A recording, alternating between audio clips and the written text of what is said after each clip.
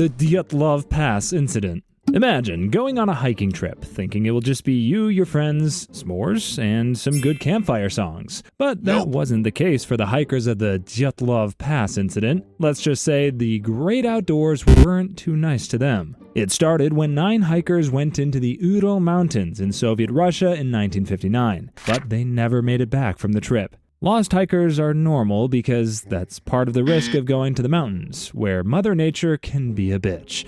But in the case of these hikers, something was really off. When rescuers found their campsite, their tent was ripped open from the inside, like someone tried to escape a horror movie. Meanwhile, their bodies were scattered, worse than a toddler's toys. Some had broken bones, but that's better than having one of your eyes gouged and getting your tongue ripped out of your body, which happened to some of the hikers. That is not what you expect from a simple camping trip. Nobody knows what happened to the hikers. It couldn't have been an avalanche because the tent was still standing, and there was no giant pile of snow. Wild animals were also ruled out because no bear or wolf targets a tongue like it was their favorite part of the turkey, and conspiracy theorists even had a field day, claiming the Soviet military was testing secret weapons, and the hikers happened to be collateral damage. Then things got even stranger when some bodies had high radiation levels, like they were swimming in a nuclear reactor. That's when people later said they saw glowing orange lights in the sky. Maybe UFOs wanted to ruin a hiking trip for fun. Whatever the case,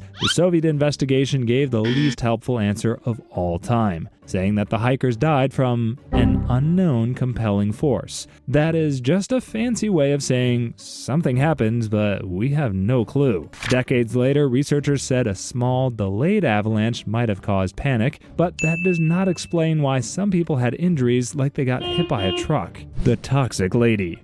If you think your last relationship was toxic, that's nothing on Gloria Ramirez, the woman famously known as the Toxic Lady. And the nickname is not because she had a bad habit of ruining her relationships. Ramirez showed up at a California hospital on February 19, 1994, feeling terrible. Doctors and nurses rushed to help, but things got weird the second they got close. Her skin was so oily, it looked like the US military was about to invade her for the sake of freedom. And her breath smelled like a mix of garlic and fruit, which sounds like a bad smoothie experiment. When a nurse drew her blood, that's when the nightmare began. The blood smelled like ammonia, which is never a good sign. Worse, it had strange, oily crystals floating in it, like someone spilled glitter in the worst possible place. Then hospital staff started dropping like they were about to go for push-ups. One nurse fainted, and a doctor had trouble breathing. This forced the hospital to declare an emergency because medical staff, who battle viruses and illnesses like a walk in the park,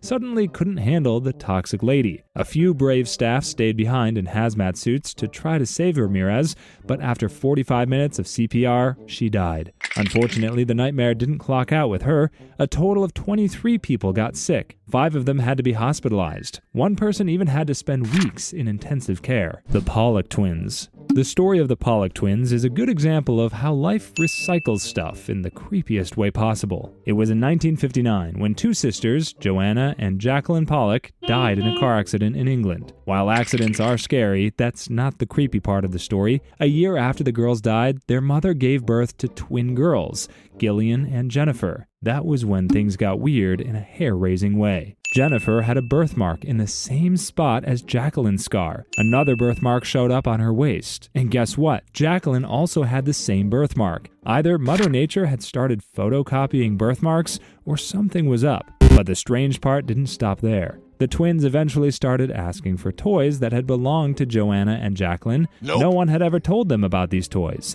It was as if they had a sixth sense that only detected old toys. But things got even creepier when the girls recognized places they had never been. They knew details no one had ever told them. And just to add some more weird spice to the story, the twins had a massive fear of cars. If one came too fast, they panicked. Fair enough, because cars are scary, but then they started playing a game where they acted out their sister's accident. That is not a normal childhood game, but is straight up horror movie material. Then, just as suddenly as it all started, it stopped. By the time the twins turned 5, They had forgotten everything. No more weird memories or talking about past lives, just two regular kids. It was like they went through the world's scariest toddler phase. No one could give a straight answer to the mystery behind the twins' strange behavior. Some people think it's proof of reincarnation, as if the souls of the dead children said, BRB. However, others think the parents were so traumatized from their children's death that they didn't notice they were turning Gillian and Jennifer into copy-pasted versions of Joanna and Jacqueline. The Tunguska event.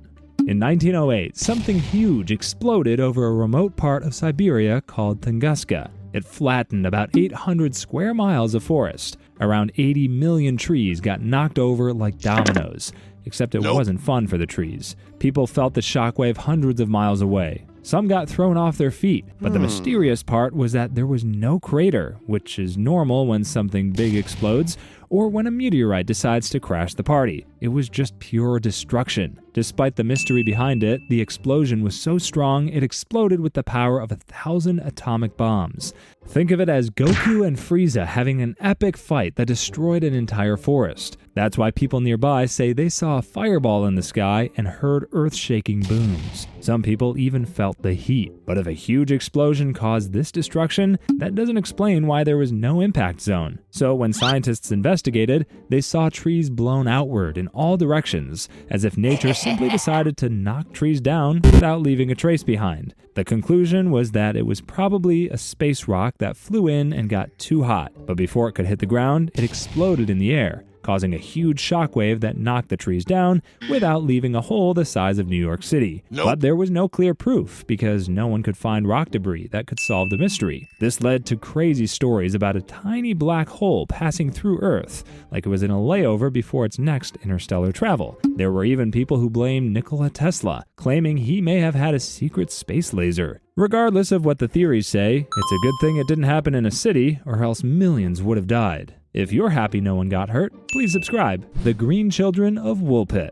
Green was already a fashion statement hundreds of years before the Incredible Hulk made it stylish. It's all thanks to the Green Children of Woolpit and the strange story behind their sudden appearance in the 12th century. Stories say that two children, a boy and a girl, showed up out of nowhere in the English village of Woolpit. Suddenly showing up without so much as a phone call is already strange enough, but these kids upped the strangeness because of their green skin. It was not a simple kind of green that suggested they were pale and sickly. Instead, it was a full-on green color that would make goblins jealous of their skin tone. Nobody knew where they came from. They didn't speak English or anything people understood. When the villagers tried to feed them, they refused everything except raw beans. Eventually, they started eating normal food, and their green color faded. Apparently, Woolpit had the best skincare routine in medieval England. The boy didn't survive long. The girl grew up, learned English, and finally spilled the beans. She claimed they were from St. Martin's Land, where everything looked like it was stuck on permanent gloomy evening mode.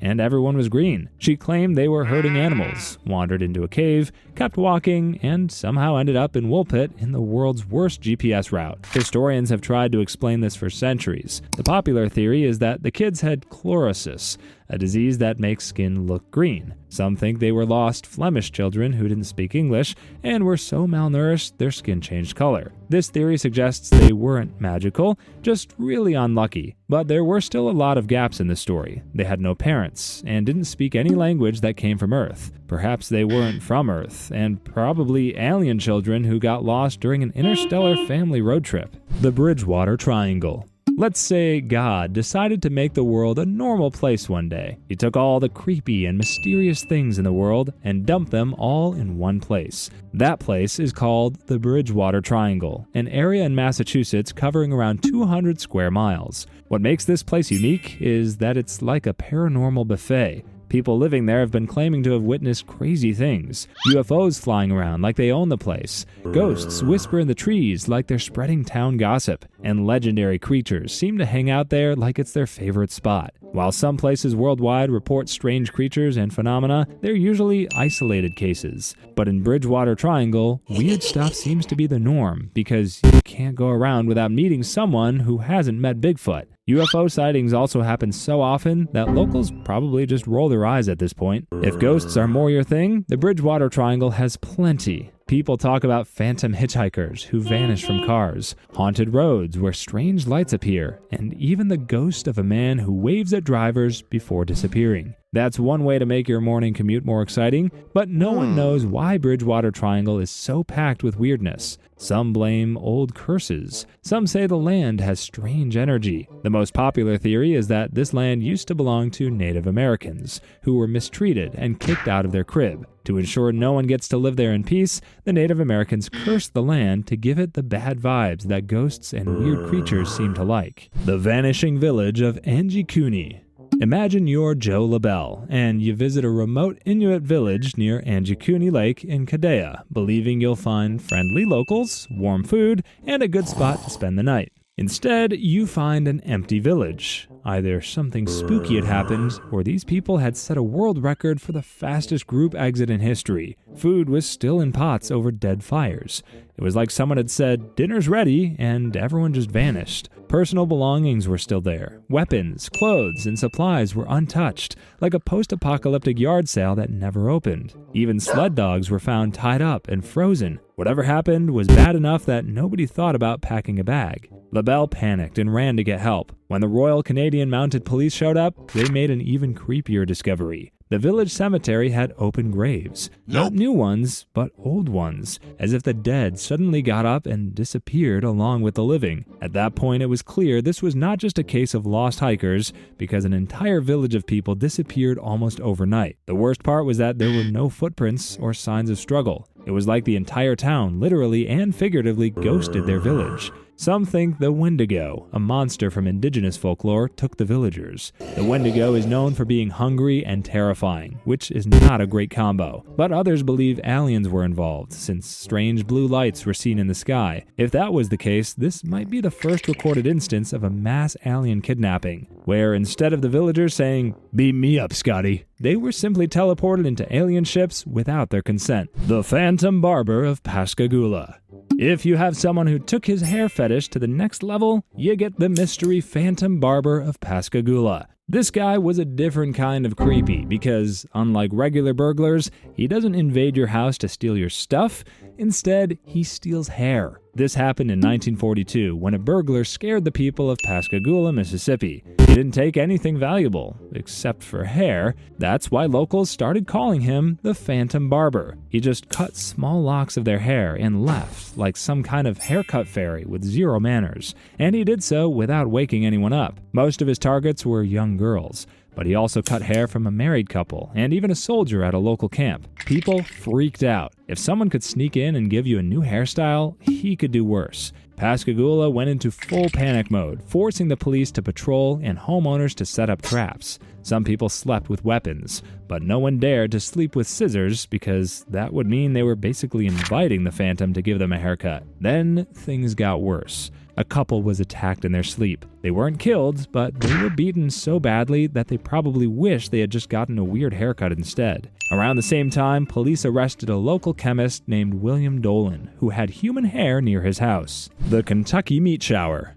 You've heard the saying, "It's raining cats and dogs," but you probably never heard about the time when it rained pork and beef. Well, that's the story of the Kentucky Meat Shower, when the sky suddenly forgot its job and rained meat instead of water. One day in 1876, in Bath County, Kentucky, people walked outside and saw chunks of raw meat falling like nature had decided to throw a barbecue without an invitation. It landed on fences, yards, and even people's heads. Imagine waking up, stepping outside, and seeing meat falling from the sky. That is not the kind of breakfast you want. If Jesus turned water into wine, this mysterious event turned rainwater into steak. Scientists tried to explain it, but their ideas didn't make much sense. They initially said that the meat was lung tissue from a horse or a cow, but they couldn't explain why it arrived like a disgusting weather report. One of the best theories was that vultures threw up while flying. These birds like eating so much disgusting stuff that their stomachs can't handle the meat buffet, so they sometimes decide to empty their bellies mid-air. If enough vultures did this at once, you would get a Kentucky meat shower. The problem is that vultures do not usually plan synchronized vomiting sessions.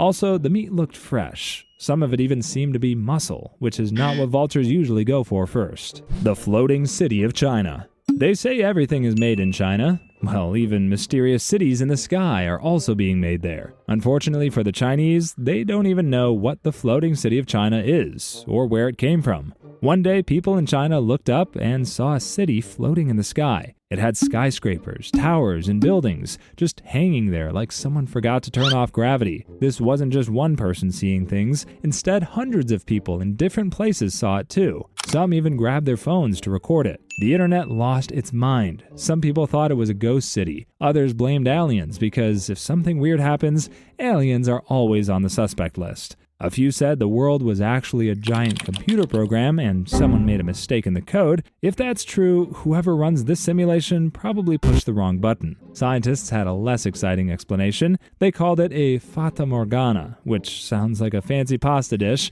but is actually a type of mirage. This happens when warm and cold air mix just right, bending light so objects on the ground appear in the sky. The same trick makes ships look like they're floating above water. The problem is that Fata Morgana usually stretches and distorts images. The floating city looked too clear, like someone copy-pasted it into the sky with perfect resolution. Others believed it was just a mix of weird weather, light, and overactive human brains.